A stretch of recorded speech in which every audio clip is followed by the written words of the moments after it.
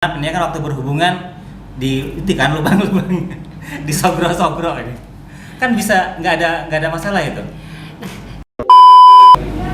Jadi idealnya itu 6 kali. 6 kali ibu hamil memeriksakan kehamilannya. Tadi ngomongnya masih ini ya? Ini mati udah. Ini mati di mana? Tadi aku ada yang belepotan. Apa? Diedit ya.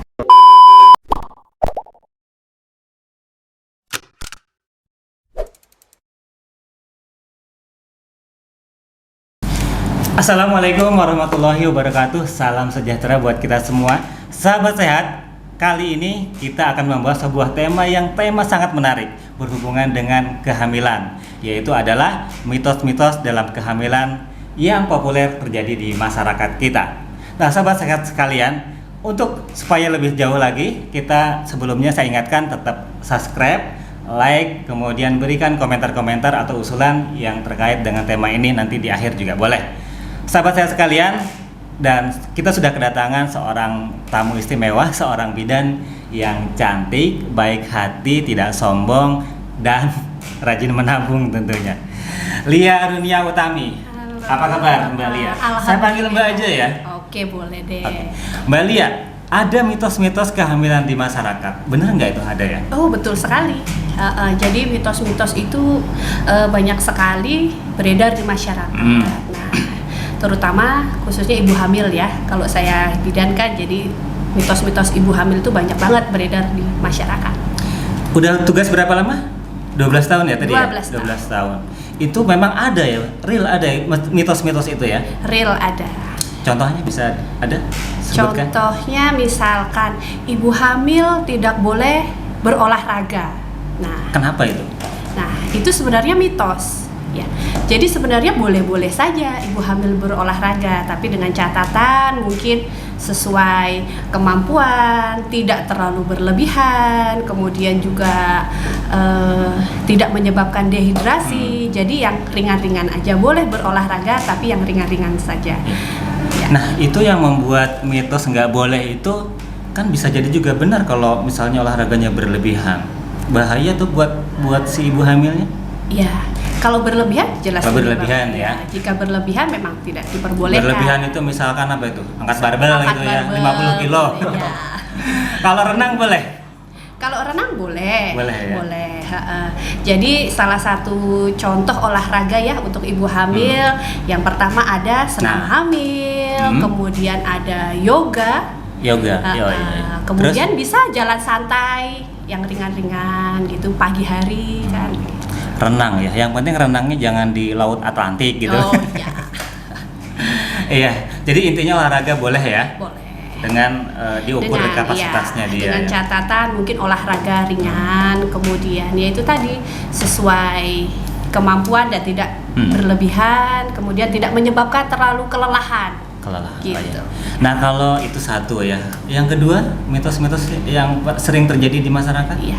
Yang kedua, misalkan contohnya lagi tidak boleh mendekati kucing. Nah, ibu hamil tidak boleh mendekati kucing. Nah, itu ada mitos-mitos yang beredar seperti itu. Kenapa itu katanya nggak boleh dekat kucing? Nah, sebenarnya ibu hamil mendekati kucing sih boleh-boleh saja ya. Tapi mungkin yang tidak boleh didekati sebenarnya kotorannya. Kotorannya, karena mungkin kotorannya ada mengandung virus gitu ya.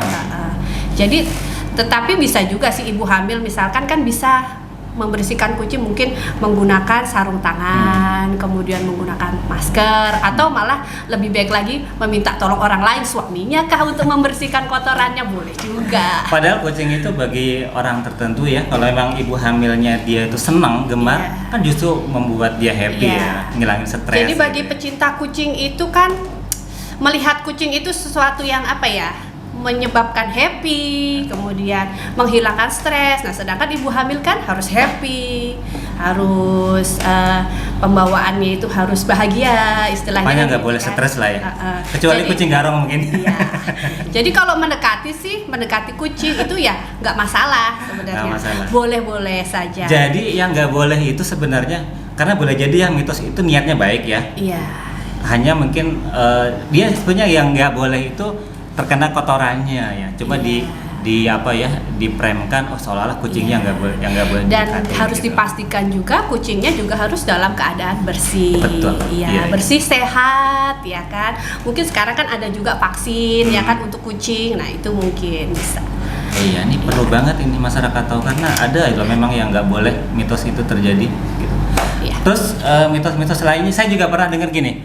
Kalau bilangnya itu kalau ini ya bisa menentukan jenis kelamin dari bentuk perut. Ada loh yang kayak gitu. Oh iya, sering banget itu pasien ya, terutama pasien Bu Bidan, katanya perutnya jika mungkin bentuknya datar atau agak menonjol gitu kan bisa menentukan jenis kelamin. Nah, sebenarnya itu mitos. Mitos ya. Iya, jadi sebenarnya bentuk perut itu bisa dipengaruhi dari posisi janin, kemudian bisa dipengaruhi oleh ketebalan perut, kemudian bisa dipengaruhi oleh otot-otot yang perut ya, yang ada di perut. Tapi ada juga loh mitos itu yang dia katakan setelah lihat gambaran perutnya ya. Oh ini laki-laki nih. Pas lahir bener loh.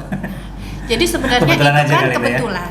Pilihannya kan antara dua, tebak-tebaknya Oh, iya, ini. ya. Tebak-tebaknya antara dua. 50% kebenarannya jadi 50%. Cuma Laki-laki dua. atau perempuan. Nah, itu jadi kan tebak-tebak. Benar banget. Jadi alangkah lebih baiknya pastinya kalau untuk menentukan jenis kelamin Nah, itu ini harus apa lewat itu? USG. USG. Nah, itu lebih pasti. USG itu ada batasan umurnya nggak? Umur kehamilannya. Umur kehamilannya kalau USG boleh-boleh saja sih sampai ini nggak masalah. Nggak masalah ya. Nggak masalah. Dari pertama hamil sudah boleh ya? Boleh USG. Siapa tahu ada efek resikonya gitu kan atau efek sampingnya. Nggak ada. Jadi kalau Nggak ada USG ya? mulai Aman dari ya? misalkan tahu pertama kali hamil, boleh-boleh saja pergi USG. Oh, iya. Nah, ada lagi nih Mbak yang pernah saya dengar katanya kalau ibu hamil itu makannya itu harus banyak karena buat makan 2 orang gitu ya kan. Jadi kalau biasa makan misalkan 1 piring itu harus 2 piring. Bener nggak itu? Dari mana tuh, Pak? Hah? Dari mana? Mitos dari mana? Ada. Jadi sebenarnya ibu hamil itu membutuhkan asupan gizi yang lebih, asupan nutrisi yang lebih, ya, Paham. vitamin yang lebih. Jadi bukan berarti porsinya yang diganda-gandakan berkali-kali lipat. Jadi lebih Gitu. kepada kualitasnya. Kualitas. Jadi percuma saja seandainya makan berporsi-porsi berkali-kali lipat tapi makanannya tidak sehat gitu. Iya. Jadi kalau ibu hamil itu sebenarnya membutuhkan sekitar 300 kalori dari kebutuhan biasanya. 300 kalori ya. Dari Jadi, harus dilebihkan dari kebutuhan biasanya, maksudnya harus berlebih lah 300 kalori dari kebutuhan biasanya. Tapi kalau makan asupannya buat 2 orang tuh bener aja sebenarnya ya. Maksudnya gini, kebutuhannya itu menjadi lebih dari biasanya itu bener aja sebenarnya. Iya, Cuma betul. yang jadi mitos itu seolah harus dua Iya. orang lah gitu. Jadi mungkin yang Dikali 2 porsinya.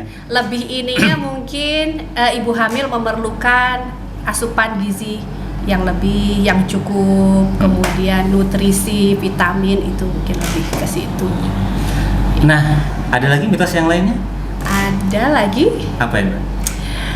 sering juga ditanyakan sama pasien, ibu apakah saya selama hamil tidak boleh berhubungan seksual? Ada kayak gitu? Ada. Wah, ini nggak bener ini. Ada, Masa ada, 9 ada. bulan nggak boleh berhubungan? Wah, puasa. Ada yang menanyakan begitu, ada. Gimana Arfian? Oke. Siap ya? Belum nikah dia. Belum dokter. tapi boleh aja sih walaupun belum nikah justru buat ini Iya, kan bekal, buat bekal. edukasi, buat edukasi. siap. Oke. Jadi Nggak boleh. boleh-boleh saja, boleh-boleh saja ya. Boleh dong. Jadi Tenang. ibu hamil itu boleh-boleh saja berhubungan seksual dengan suaminya kan gitu. Selama Tantar dulu. Masalahnya gini. Kalau menurut saya sih ya, kan kalau waktu lagi hamil itu misalnya berhubungan kan dipencet itu ya sama suaminya. Apa memang nggak bahaya? Nanti ada kenapa-kenapa dengan bayinya atau ya mohon maaf ini kan waktu berhubungan itu kan lubang-lubang disogro-sogro ini kan bisa nggak ada masalah itu. Jadi selama kehamilan ibunya itu sehat, kemudian tidak ada masalah, itu sih boleh-boleh saja. Kecuali mungkin ibunya itu selama hamil mungkin sering mengalami flek-flek atau perdarahan. Nah, itu mungkin tidak disarankan untuk terlalu sering berhubungan seksual gitu. Tetapi jika kehamilannya sehat, nggak masalah karena janin yang ada di dalam perut kita itu sebenarnya ada yang melindungi. Oh iya. Jadi yang pertama itu janin dilindungi oleh selaput ketuban, kemudian air ketuban dan otot perut. Oh, ibunya. jadi jangan khawatir ya, walaupun dalam kondisi hamil itu tetap aja berhubungan, nggak ada masalah. Nggak ada masalah selama kehamilannya sehat. Nah, ini harus digarisbawahi. Harus digarisbawahi selama kehamilannya sehat. Atau mungkin perlu gaya-gaya khusus gitu. Ada gaya. Saya pernah dengar loh katanya kalau lagi hamil itu ada berhubungannya posisi tertentu gitu. Gimana? Sebenarnya itu mungkin lebih kenyamanan ke ibunya aja sih. Maksudnya ibunya lebih merasa nyaman. Ini bagaimana? soal cita rasa kayaknya nih ya. Gitu. Iya, Jadi iya. boleh-boleh saja, kecuali ibunya memang ada masalah, mungkin sering flek tadi kan, sering perdarahan, ya mungkin harus konsultasi ke dokter. Iya. Gimana, Arfian? Tanyain deh. Mau tanya tapi ya, apa ya? Kalau misalnya ini kan tadi katanya boleh ya Bu ya. Nah, Iya. Boleh nih. Tapi itu nggak ngaruh di usia kandungannya. Maksudnya dari usia muda sampai usia tua tuh boleh. Selama kehamilannya sehat? Intinya itu ya? Iya, selama kehamilannya sehat tidak masalah. Boleh. Jangan Boleh-boleh khawatir, saja. Pian. Tadi Jangan ya itu khawatir. tadi, kecuali ada masalah dengan kehamilannya. Bapak. Oke. Kalau senam yang direkomendasikan khusus buat hamil ada? Ada senam hamil. Oh, iya. Tapi kita nggak bahas hari ini. Itu mungkin di lain waktu kita bahas senam-senam yang direkomendasikan pada waktu hamil. Itu lain waktu ya. Jadi sebenarnya mitos-mitos ini kan banyak sekali ya beredar di masyarakat ya. Jadi mungkin ibu hamil itu harus mencari, oh ya, ini benar atau tidak. Nah, itu sebenarnya bisa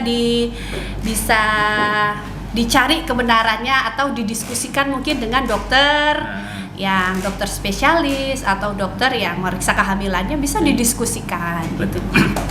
Jadi ini buat para ibu hamil ya, dan suaminya juga harus tahu sih. Kalau ketemu yang kayak gitu-gitu ya, mitos-mitos gitu, jangan langsung dipercaya berarti ya. Apalagi di-sharekan. Ini kan sering nih, media sosial ini menjadi sumber informasi, udah gitu disebarkan, dan yang disebarkan itu diyakini banyak orang, akhirnya jadi sesat berjamaah ini. Jadi kan kita juga menggunakan medsos ya, harus bijak. Ya, harus bijak ya, dan bertanggung jawab tentunya. Kalau mewarnai rambut boleh? Mewarnai rambut boleh, mewarnai rambut jadi pada ibu hamil diperbolehkan. Cuma mungkin dianjurkan pada trimester kedua dan trimester ketiga. Kenapa baru kalau trimester kedua? Jadi ada pewarna rambut itu kan kadang mengandung aroma ya, mengandung aroma yang bisa membuat mual, muntah gitu ya. Jadi aromanya ya, bukan masalah cat rambutnya berarti. Ya. Dan sebaiknya mengecat rambut juga dilakukan dengan yang benar gitu. Misalkan mungkin di salon, cuma mengecat sendiri kan nanti mungkin bisa belepotan kemana-mana gitu kan, menyebabkan bau yang tidak sebab menyebabkan ibu mual muntah. Mual muntah. Iya. Jadi yang itu lebih ke aromanya ya. Iya. Jadi kan ibu hamil boleh juga menjaga penampilan ya kan. Kemudian menyebabkan happy kan. Mungkin dengan mengecat rambut ibu merasa lebih percaya diri, pembawaannya selalu happy. Nah, itu kan bagus juga untuk ibu hamil. Saya tuh pernah juga ini Mbak Lia dibilangin kalau lagi hamil itu makan buah anggur itu katanya hidungnya bisa jadi pesek. Atau juga ada kalau makan nanas misalkan, itu nggak ada masalah. Hidungnya jadi pesek. Iya. Dan bener loh ya. Ini saya sendiri. Saya tuh pernah ada yang bilang, bener loh Pian. Ini yang ngomong ke saya, Pak jangan dikasih anggur bilangnya. Nanti hidungnya pesek. Saya nggak percaya. Tapi begitu anak lahir memang anak saya pesek. Jadi saya tuh awalnya nggak percaya, jadi paling nggak jadi setengah percaya sih. Mitos lah emang itu. pesek beneran ya. Mitos pasti tetap mitos ya. atau bisa dilihat dulu bapak mamanya bagaimana, pesek atau mancung, ya kan? Nah, Ya, kalau saya nggak tahu deh, pesek apa mancung. ya. Jadi mitos lah kalau makan anggur itu menyebabkan pesek atau makan apa menyebabkan pesek itu. Nah, tentu mitos tadi lah. kalau nanas katanya takut apa ya? Keguguran, ya bener ya, takut keguguran. Bener nggak? Sebenarnya jika dikonsumsi tidak berlebihan, boleh-boleh saja. Boleh. Ya? Boleh-boleh saja. Kan kadang ibu hamil itu kepingin juga kan mencicipi, pengen banget makan nanas. Tapi yang penting tidak berlebihan sebenarnya nggak masalah. Sampai ada loh katanya kalau lagi ya misalnya hamil tidak diinginkan itu supaya lepas gitu ya, supaya gugur itu banyak makan nanas gitu. Enggak sih. Enggak ya? Enggak, mitos sih. Tapi tetap yang penting jangan berlebihan ya. Tapi memang Sesuatu kan, yang berlebihan itu tidak baik. karena kan takutnya dimakan secara berlebihan bisa menyebabkan kontraksi kan Ah. itu sebenarnya. Tapi kalau makan dengan porsi yang tidak berlebihan sih nggak masalah. Enggak masalah ya. Arpian, Dokter Wildan ini, Dokter Wildan yang hadir di sini nih, ada yang tanyakan dok? Didiskusikan maksudnya. Saya mau tanya Mbak, Boleh, kan banyak boleh. nih, apalagi kita di tempat yang jauh gitu ya dari pusat kesehatan. Terus idealnya itu berapa kali sih seorang ibu hamil memeriksakan kehamilannya, baik itu ke bidan atau ke dokter kandungan dan sebagainya. Jadi idealnya itu 6 kali. 6 kali ibu hamil memeriksakan kehamilannya. Yang pertama di trimester pertama itu 1 kali. Trimester pertama 1 kali. 1 kali. Trimester kedua 2 kali. Trimester ketiga 3 kali. Jadi totalnya 6 kali. Gitu. Iya. Jadi itu tujuannya supaya betul-betul memantau ya. Iya, untuk memantau perkembangan janinnya, kemudian kesehatan ibunya. Gitu. Jadi Ada lagi, Dok? minimal 6 kali. Oke, berarti 6 kali ya Mbak ya. 6 kali. Jadi memang harus 6 kali itu minimal ya kan? Itu minimal. Minimal. Jadi Ya. Lebih dari itu boleh berarti. boleh. Setiap bulan pun boleh. Dan bulan boleh ya. Setiap bulan boleh. Iya. Jadi itu batas minimal. Atas minimal. Kalaupun Minimal mau tiap bulan, no problem ya. Tidak masalah. Lebih bagus lagi setiap bulan. Gitu. Jadi kalau misalkan ada masyarakat yang mau konsultasi boleh sama Mbak Lia ya? Boleh Oh banget. iya, Mbak Lia ini YouTuber juga loh dok. Iya. Masih belajar, masih belajar. Iya, YouTuber udah monetes ya. Sudah. Anu loh, subscribernya tuh Jangan udah. lupa ya, like, comment, and iya. subscribe. Apa videonya? Apa YouTube-nya? Dapur Mama Bilkis. Dapur Mama Bilkis. Jadi lebih ke tema-tema apa itu? Masak, Memasak. ya, memasak. Memasak. Ya. Oh, beda jalur ya Mbak ya? Beda jalur. Jadi Memasak. profesinya bidan, YouTube-nya Memasak, masak. tapi masih tahap belajar. Jadi buat teman-teman ya, buat sahabat sehat yang jangan lupa juga subscribe channelnya. Nanti kita cantumkan nggak apa-apa ya. Iya, boleh. Ini ada menu-menu buat ibu hamil juga kan? Bisa ya? Bisa. Nanti Bisa. kita coba deh. Oke. Oke, Mbak Lia.